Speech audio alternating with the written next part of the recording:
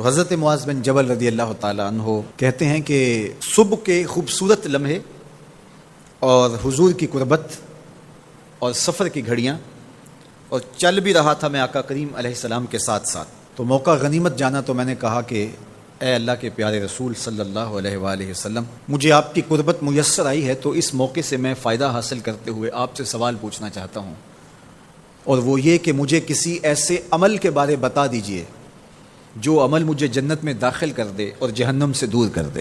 تو حضور علیہ السلام نے اس سوال پر ان کی تحسین فرمائی، فرمایا تو نے بہت بڑا سوال کیا ہے، اس کا جو جواب ہے کہ جنت نصیب ہو اور مجھے جہنم سے نجات ملے تو یہ اتنا آسان کام نہیں ہے، یہ بڑا مشکل کام ہے، لیکن جس پر اللہ آسان کر دے اس کے لیے مشکل نہیں ہے۔ یعنی جنت آسانی سے نہیں ملتی، جہنم سے بچنا بھی اتنا آسان نہیں ہے، بہت سارے گناہوں سے بچنا پڑتا ہے، لیکن اللہ جس کے لیے آسان کر دے اس کو نیکی کی توفیق دے دیتا ہے اور برائی سے اس کو بچا لیتا ہے۔ اگر تو چاہے کہ جنت میں جائے اور جہنم سے نجات ملے تو تمہیں اللہ پر ایمان بھی لانا پڑے گا، اور ایسا ایمان جس میں شرک کی آمیزش تک نہ ہو، اسی کی عبادت تیری زندگی کا مقصود ہو، اور نماز بھی ادا کرنا ہوگی، زکوٰۃ بھی دینا ہوگی، روزے بھی رکھنے پڑیں گے، اور تجھے حج بھی کرنا پڑے گا۔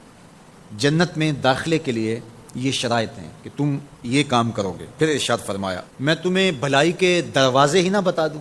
ارشاد فرمایا الصوم جنہ، روزہ ڈھال ہے۔ ڈھال آپ سمجھتے ہیں، اگر آپ لوگوں نے ڈھال نہیں دیکھی ہوئی تو آج کے زمانے کے اندر تو سب لوگوں نے جو ہے وہ ڈھال دیکھ لی ہے، چونکہ اس وقت ترکی نے اس طرح سے اپنے کلچر کو اور اپنی تہذیب کو جدید ذرائع ابلاغ کے ذریعے لوگوں تک پہنچایا ہے کہ اب 800-700 سالہ پرانی چیزیں بھی ہمارے سامنے آ گئی ہیں، ورنہ ہم یہ باتیں کیا کرتے تھے تو لوگ ان باتوں کو سمجھا نہیں کرتے تھے، چونکہ اس کا کوئی نمونہ اور شکل موجود نہیں تھی۔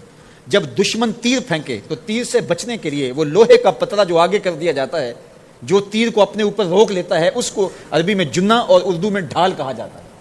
تو آقا کریم نے فرمایا روزہ ڈھال ہے، تو گویا جہنم کی آگ سے بچانے کے لیے جو ہے وہ روزہ کام دے گا۔ والصدقۃ تطفئ الخطیئۃ، یہ گناہوں کو مٹا ڈالتا ہے، جس طرح کہ آگ کو پانی بجھا ڈالتا ہے، تو اس طرح جب صدقہ دیا جاتا ہے تو جو گناہ ہوتے ہیں وہ ایسے مٹتے ہیں کہ لگتا ہے یہاں گناہ تھے ہی نہیں۔ آگے ارشاد فرمایا رات کے پیٹ میں نماز ادا کرنا، یعنی تہجد کی نماز ادا کرنا۔ پھر حضور علیہ الصلوۃ والسلام نے یہ آیت پڑھی تتجافی جنوبہم عن المضاجع، ان کی کروٹیں بستروں سے الگ رہتی ہیں، خوف اور طمع میں وہ اللہ کو پکارتے ہیں اور وہ رات کو جاگتے ہیں، ان کی کروٹیں بستروں سے الگ رہتی ہیں، حتی بلغ یعملون، یہ آیت پڑھتے ہوئے آخر تک حضور نے تلاوت فرمائی۔ تو فرمایا جس طرح صدقہ آگ کو بجھا دیتا ہے، اس طرح پچھلے پہر کی نماز، تہجد کے سجدے بھی اللہ جل شانہ کے غصے کو ختم کر دیتے ہیں اور جہنم کی آگ کو مٹا ڈالتے ہیں۔ پھر حضور نے ارشاد فرمایا کہ میں تمام امور کی جڑ نہ بتا دوں؟ کیا ہے؟ جتنے بھی معاملے ہیں اس کی جڑ ہی نہ بتا دوں؟ میں نے جھولی پھیلا کے کہا حضور کیوں نہیں، خیرات ڈالیے۔ تو حضور نے ارشاد فرمایا راس الامر الاسلام، سارے امور کی جڑ اور بنیاد، سر اسلام ہے۔ اگر اسلام ہے تو عمل قابل قبول ہے، اور اگر اسلام ہی نہیں ہے تو پھر جتنے مرضی نیک عمل کرتے رہیں، جتنا مرضی پانی ڈالیں، جتنی مرضی کھاد ڈالیں، تو اگر جڑ ہی نیچے سے کٹی ہوئی ہے تو درخت ہو پائے گا؟ کبھی بھی نہیں ہو پائے گا۔ تو کہا جڑ اسلام ہے، اس لیے عقیدے کی صحت عمل کی قبولیت کی ضمانت ہے۔ تو تمام امور کی جڑ اور بنیاد اور سرا اسلام ہے، اور اس کا ستون نماز ہے۔ اور صحابہ نماز کے جس طرح پابند رخوگر تھے، تو وہ تاریخ کی روایات آپ دیکھ سکتے ہیں، آپ کو ایک صحابی بھی بے نماز نہیں ملے گا۔ وَذِرْوَةُ صَنَامِهِ الجہاد، اور کوہان کی بلندی، چوٹی اسلام کی، وہ جہاد ہے۔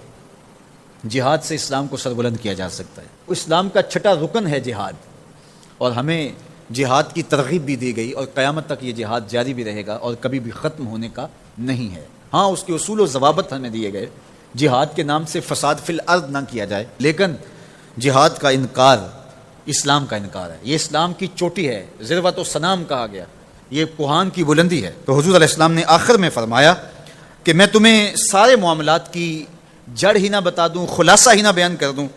قلت بلا یا نبی اللہ، میں نے کہا اے اللہ کے نبی کیوں نہیں؟ فاخذ بلسانہ، حضور نے اپنی مبارک زبان کو پکڑا، فقال، اور فرمایا کف علیک ھذا، کہا اس کو روک لے، اس کو کنٹرول کر۔ تو کہتے ہیں میں نے کہا اے اللہ کے پیارے محبوب صلی اللہ علیہ وسلم، جو ہم باتیں کرتے ہیں اس سے بھی مواخذہ ہوگا؟ یعنی عمل پر تو پکڑ ہوگی، لیکن جو ہم زبان سے بات نکال دیتے ہیں تو کیا اس بات پر بھی مواخذہ ہوگا؟ تو حضور علیہ السلام نے ارشاد فرمایا کہ لوگ منہوں کے بل یا ٹھوڑیوں کے بل جہنم میں ڈالے جائیں گے، یہ ان کے بولے ہوئے بولوں کی وجہ سے ہوگا، ان کی زبان کی کمائی کی وجہ سے ہوگا۔ تو اپنی زبان کی حفاظت کرو تو جنت کا داخلہ مل جائے گا۔ تو گویا زبان کی حفاظت سے لے کر کے اللہ کے حضور سجدے تک اور اللہ کی عبادت تک، یہ ہے وہ نصاب جو جنت میں جانے کا ہے۔ اللہ ہم سب کو 5 گانا باجماعت نماز کی توفیق دے، اللہ ہمیں توفیق حج کی نصیب کرے، اللہ ہمیں رمضان المبارک کے روزے رکھنے کی توفیقات سے مالا مال کرے، اللہ اپنی راہ میں جد و جہد اور جہاد کی توفیق سے مالا مال کرے، اور اللہ ہمیں ہماری زبان کی حفاظت کی توفیق دے تاکہ ہم خیر کی راہوں کے مسافر رہیں۔